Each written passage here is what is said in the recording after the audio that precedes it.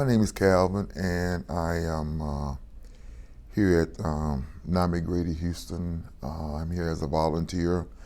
I'm working in the C Center with the Warm Line program, and I am doing this interview to share a little bit about my story to hope to inspire someone else that may be looking at this here to let them know that there's hope for you as well. Before I was diagnosed with my diagnosis, I used to find myself being tired a lot and sluggish, not having much interest in doing things like I once did in previous years before I started having the symptoms that I was having with regards to tiredness and so forth. And I was somehow or another referred to the Harris Center. I'm sorry, MHMRA. It was called MHMRA at the time, now called the Harris Center. But I was referred to MHMRA clinic, and I wound up talking to a doctor and a caseworker, and discovered, unbeknownst to me at the time, that I had bipolar 2 as well as major depressive disorder. Bipolar 2 is a mild version of bipolar 1, where you have days of mild mania, and some days you're kind of mellow, and some days you're kind of up, you're kind of down some days, and some days you're like leveled off. So it kind of varies, it fluctuates. After I was diagnosed and started talking with a therapist and my doctor about eventually getting on some medication, things started changing for me for the better. I noticed that I started feeling better about myself. I started having a lot more energy, a lot more drive, a lot more enthusiasm, and a lot more just get up and go. And as a result of that, I wanted to share this newfound, how can I say it, great feeling and great new person that I had become because of my treatment. And so I wanted to get involved with an agency that could possibly give me that platform to reach out to other individuals that are going through what I was going through at the time, to kind of like give them some inspiration, to let them know that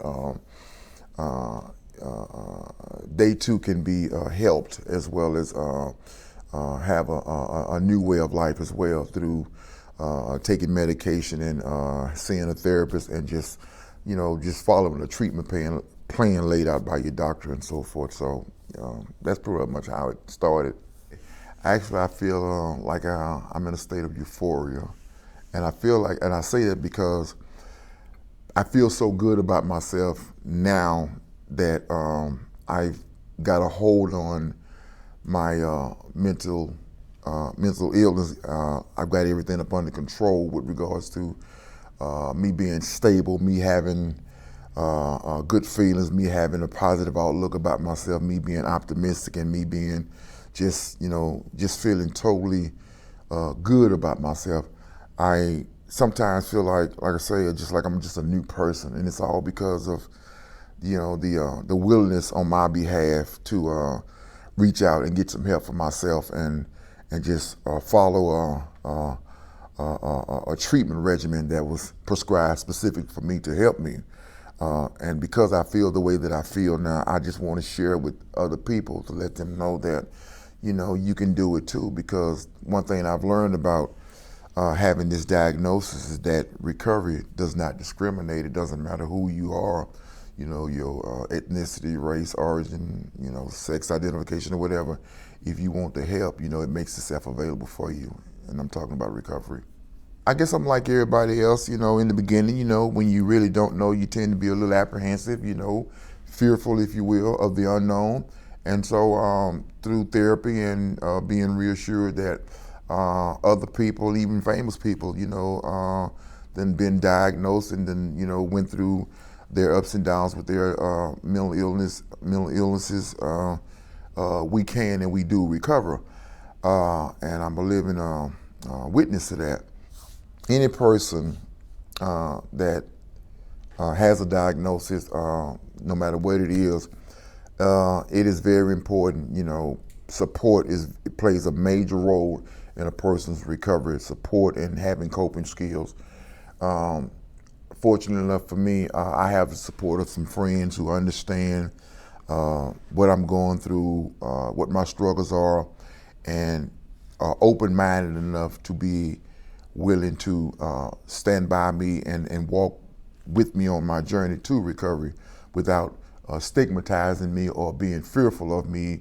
And another thing that helps me get to where I've gotten and where I'm going beyond where I'm at right now is the fact that I have some good coping skills. As a matter of fact, I have a toolbox, if you will, a craftsman toolbox at that, for those high quality tools. Every time I find myself experiencing the onset of a symptom, I reach into my toolbox, and use my coping skills to help me overcome that, to help me get past that. But the most important thing is being able to recognize when symptoms are flaring up to the point to where, okay, I know I'm not feeling right, and because I'm not feeling right, I need to do something about this here. And me having this, the awareness and the tools to address the issues coming up, I'm always successful in dealing with it.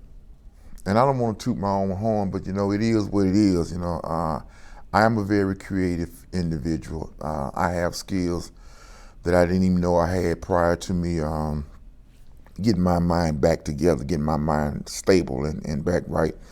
I am an aspiring entrepreneur, and one day I hope to establish me a small online business to make my products that I personally design based on my past experiences with mental illnesses as well as substance abuse issues to help other people who are having struggles and hard times with coping and dealing with their mental health diagnoses and their past substance abuse or current substance abuse issues.